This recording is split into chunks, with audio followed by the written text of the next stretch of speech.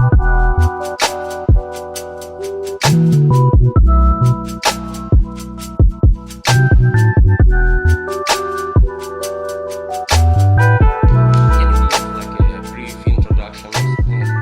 of yourself, like place where you grow up, what your education, what you've been doing in young ages, in young age. Yeah, so I grew up in Massachusetts. Both my parents were teachers, and I always had the mentality of going to school, going to college, getting a real job, retirement plan, retiring, and that was my life. And from a young age, I got a bunch of real jobs where I was working 9 to 5. I did a lot of retail work. I had a few internships, and I quickly realized that I did not want to do that. I wanted something better. I wanted that. I had that entrepreneurial spirit. I wanted to own my own company, run with my ideas, and really be able to hire people to do things that I didn't want to do. So I had a lot of failed lemonade stands, a lot of businesses at a young age that didn't work out. But I always knew that it was a passion and a dream of mine. And when I went to college, they were opening up an entrepreneurial program that was actually, it was new at the college. And I remember being in a seminar where they were going through all the different courses. They had the finance, economics, and then they brought up entrepreneurship. And the person got on stage and she just said, if you really want financial freedom, the only way to do it is by becoming an entrepreneur. And that really stuck with me. So Hmm. I majored in entrepreneurship. When I was going to college, I was taking classes and I was learning all these different aspects of business. And in the back of my mind, I really wanted to start my own business. And I quickly realized that the school bookstore was ripping me off. I was buying textbooks for hundreds of dollars, selling them back for pennies on the dollar. And from there, I wanted to cut the bookstore out. I thought I could do better. I could buy books for more, give college students more money, sell them, and make a profit. So I opened up my own textbook business to compete with the school bookstore. And that's really how my entrepreneurial career started. Hmm. And how successful was your first, I bet startup, you can call it startup, Sure. first So this was company? success. Yeah, so the textbooks was successful. It made a good amount of side money, and the best part about it was it led me to Amazon because once I started learning about books and how selling books worked, I learned a lot about Amazon and the Amazon marketplace, and from there I became addicted with it, obsessed with it. I wanted to become a really big Amazon seller, so I started building relationships with different vendors to sell their products, and before I knew it, I was running a multi-million-dollar Amazon business out of my college dorm room. So I was fortunate enough where I had a lot of success with my first company, even though it started off more as a textbook company, and it wasn't my first idea that was successful, but it was the same company. Mm-hmm. And how old you was by that time? I was only 20. Only 20. Wow, I bet you had to sacrifice a lot to run your business while everybody was partying, going to party, you was working. Yeah, I mean, it was crazy. I still had a great time in college. I mean, the combination of homework and girlfriend um, st- and just everything else that you do when you're at college for fun, plus running this business, plus doing a lot of things that I had never done before, like hiring people and managing people and building systems and processes and negotiating with vendors. It was just a lot of stuff that I was being thrown into all at once. Mm-hmm. Whoa. And you was handling everything by your own, or you have a team or maybe co-founder?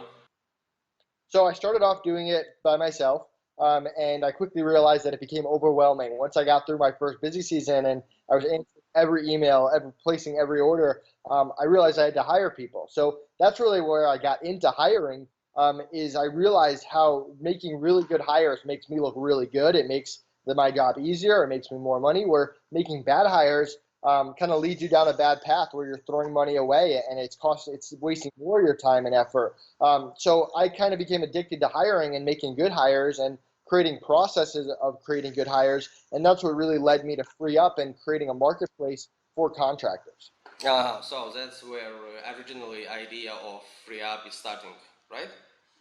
Yeah, well, the idea came years later after I realized once we got bigger and I opened up an office and I was hiring employees and remote contractors and all these different people, I realized I was spending all my time on HR and HR related stuff. And I really wanted a better way to make sure that I could get access to talent quickly. And Mm-hmm. that's when the idea of FreeeUp came up, where there was this marketplace of pre-vetted people that I could just be like, I need this, I need this, I need this, and they just get it to us right away.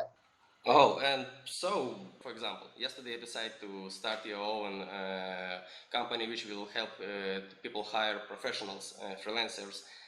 What was your first steps next days? Like what you've been doing, like beginning of your company?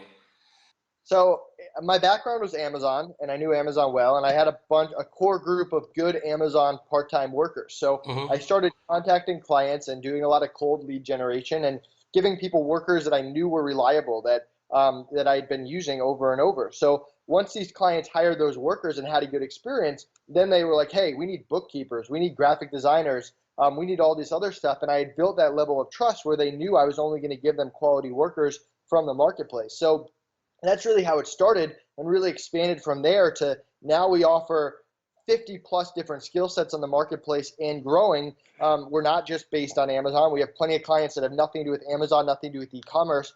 They're just looking for remote workers from around the world to help them grow their company. Mm-hmm. Okay, I see. And before you start FreeeUp, have you validated your idea or have you checked pe- people's demand in such service? Yeah. So whenever you start a company, you never know what the client reaction, client feedback is going to be like.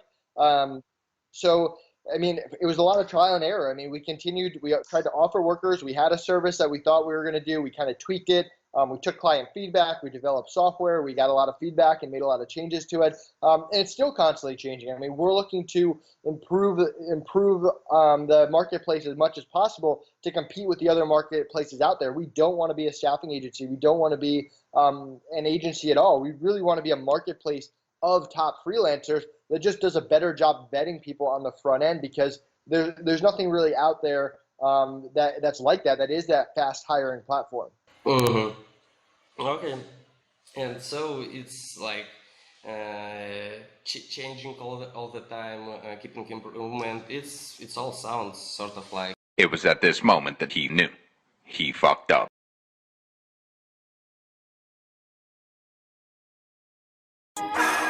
Every day I'm hustling, every day I'm hustling, every day I'm hustling, every day. Eric Ross book, Lean Startup.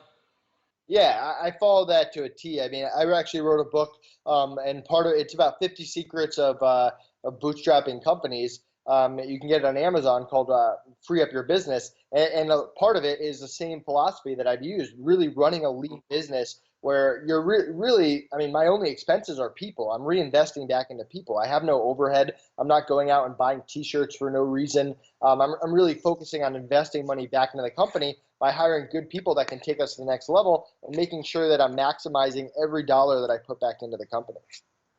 Mm-hmm. And how you was capturing first users? How you attract people to your service? I mean, you wasn't the only one person who offered such service. Yeah, lead generation, building relationships, going on podcasts. We offer a great referral program. That was one of my better business decisions. Any clients that you refer to other clients, you get 50 cents for every hour we build to them forever. And we're on pace to pay out over $150,000 in referral money this year. So clients like the service. And then with this referral program, they went out and they told everyone about it. So to this day, I mean, we get tons of clients every week just based on word of mouth and referrals to go along with now the Facebook ads and the lead generation and the podcast that we're also doing to get our brand and name out there. Yes, and I I heard the interview with your co-founder, and he was saying that since April of 2016 until April of 2017, you grow like crazy. You got like 1,000% growth or something like this. The number was crazy. So what brought you so crazy growth? Yeah, I mean, we've been growing at a rapid pace. I mean, it's tough to say. I mean, we make sure clients are taken care of. The workers on the platform are incredible. A lot of it comes down to them. I mean, we couldn't do it without them. Our vetting team does an excellent job making sure that only the top 1% are getting into the network. And I mean, we're very good at dispute resolution. If there ever is an issue, which is obviously going to happen. No matter how good the workers are on the platform, you're dealing with real people. Stuff is going to come up. Usually it's very small, but we're able to get everyone on the same page, get everyone to agree and compromise and move forward. And that's really what it's all about, being fair to everyone, and keeping the workers safe and the clients safe. Okay, I see. So and well, let's talk a little bit about outsourcing. So what the main reason why entrepreneurs will go to your service instead of going, for example, to Upwork and looking for freelancers by their own? Like what's the reason why people keep in with you? Yeah, so anyone can go on Upwork and create an account and apply to jobs on Upwork. With us, I mean, we still have people on the inside that are applying to jobs, but in order to get into the marketplace, you have to go through an extreme vetting process. And then once you're vetted, you're into the marketplace and you can get clients. So we kind of save people a lot of time from getting applicants that they may or may not want to deal with and want to go through. And on the back end, we're very hands-on to make sure clients have a good experience on the marketplace. Like I mentioned, we have that dispute resolution that's very hands-on to make sure you have a good experience. And we protect you. If a contractor leaves in the middle of a project, we cover all replacement costs and get someone a new worker right away to finish that project to make sure that you're taken care of. So that's really what we're all about. Mm-hmm, mm-hmm. And your website saying that you've got top 1% of freelancers whom you can hire, and what is like? I bet first of all you need to test them. What is your approach of checking proficiency of freelancer? Yeah, so we're looking for three things. We're looking for skills, attitude, and communication. We're looking for workers that have a track record of success. We're not a marketplace for newbies, people that have worked with other companies, multiple clients, they're freelancing, they have a track record of success. So then we're looking for attitude, people who really care about what they do. They're passionate about it. They're in it for more than just a payout. They really want to make sure clients are taken care of, and they care a lot about the projects that they do. And on the back end of that, we're looking for communication, people that can communicate at a high level, that can give updates, that can do a scope, that don't have to be chased down. Because the bottom line is no matter how talented you are, if you can't communicate at a high level, it's never going to work out. So that's really the three things that we're looking for. And we have multiple rounds of interviews. We have communication, best practices that we have people memorize and get tested on before they get into the network. And that's really how we ensure a good experience for the clients. Mhm. So but for example, do you have let's say set of, for example, three or most popular questions which you ask new freelancers, like how like three questions to make sure that freelancer is an expert in the area and not just a newcomer to it, because I mean you in one person you can't cover knowledge in every particular area. So like how you making sure that they will keep doing good work? Well, keep in mind that we have a lot of experts in many different fields on the marketplace, so we're able to use them to help create questions to help us vet workers, and we do. I mean, depending on what someone claims their skill set is, we have different questions to ask them to make sure that they actually know what they're talking about and can do things at a very high level. So part of it is asking the questions, but then we're also looking at their track record as well.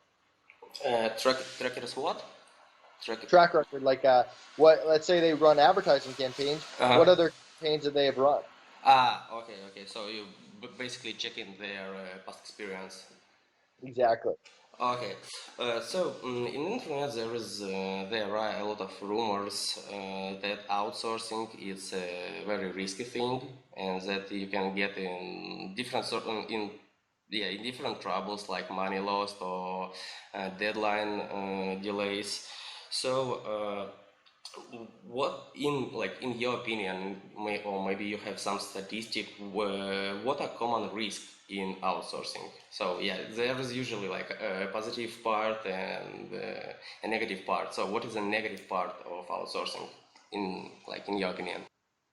Yeah, I mean, it all comes down to those three things that I told you, right? The skills, attitude, communication. When you hire someone that has those three things, you usually have a good experience. When you don't, and you hire someone and you have a bad experience, and they don't hit deadlines, and they're not communicating, or maybe you do end up losing money, or your security is compromised, it's usually because you didn't hire someone that has skills, attitude, and communication at a very high level. So, I mean, a lot of the risks that people run into is they'll give it.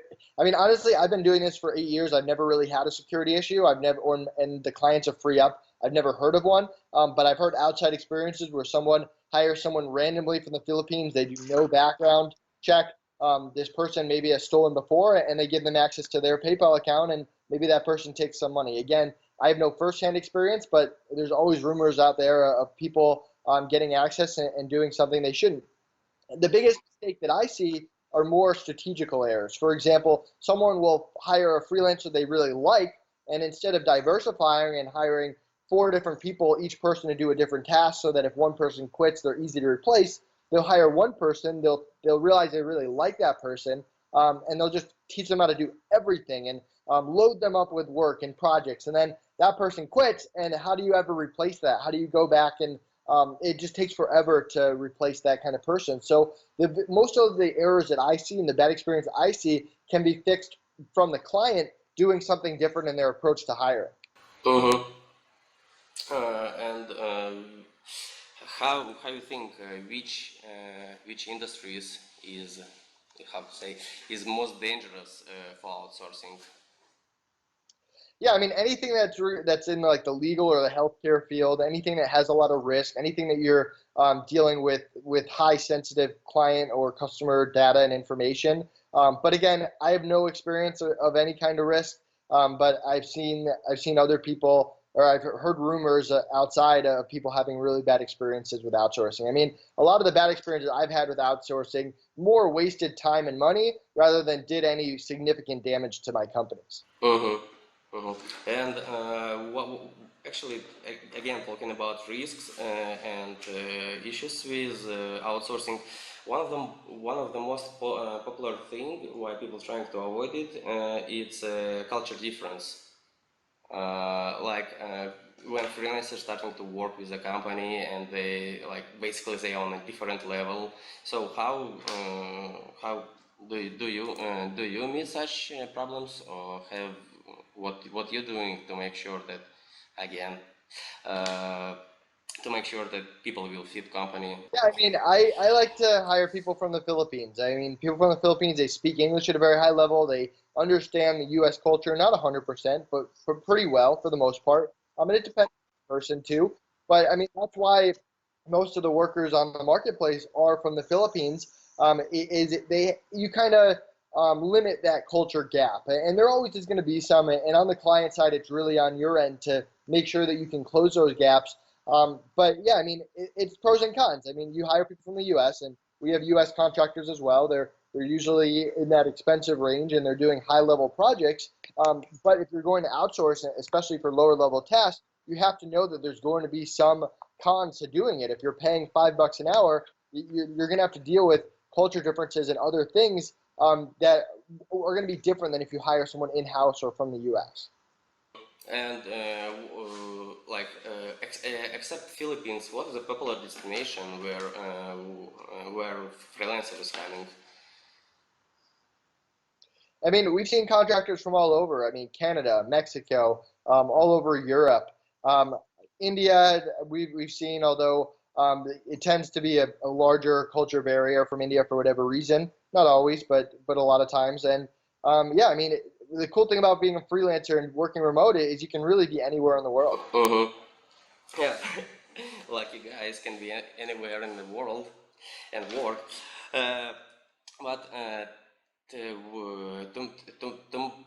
you also have to manage all freelancers. So is there any set of tools which you like to use to make sure that people is keeping working?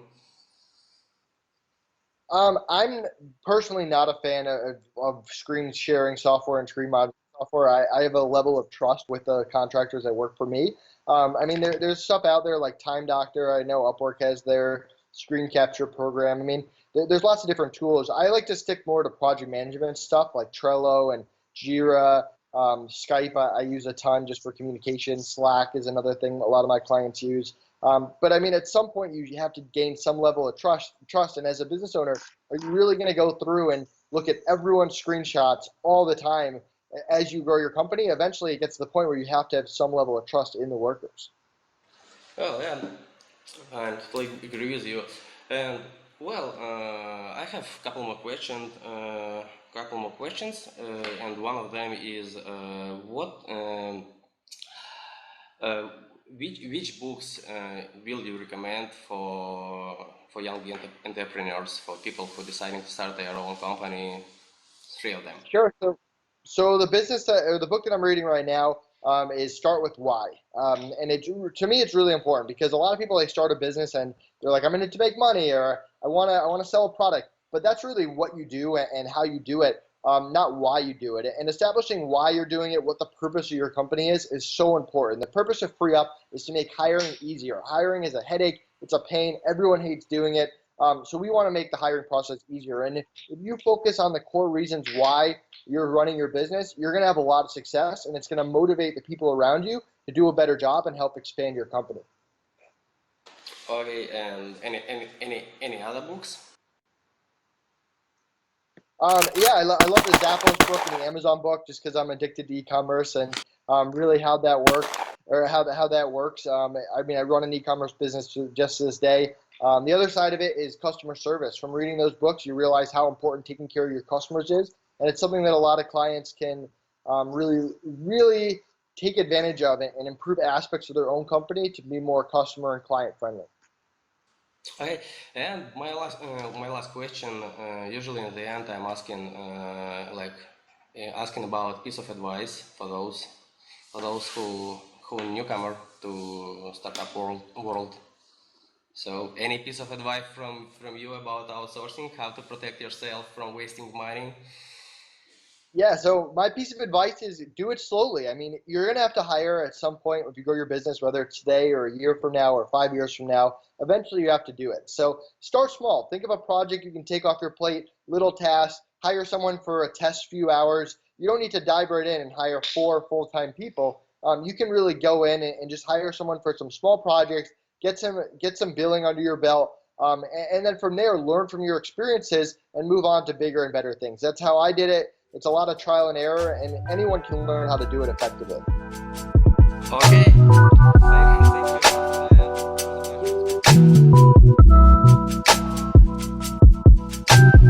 Thank you.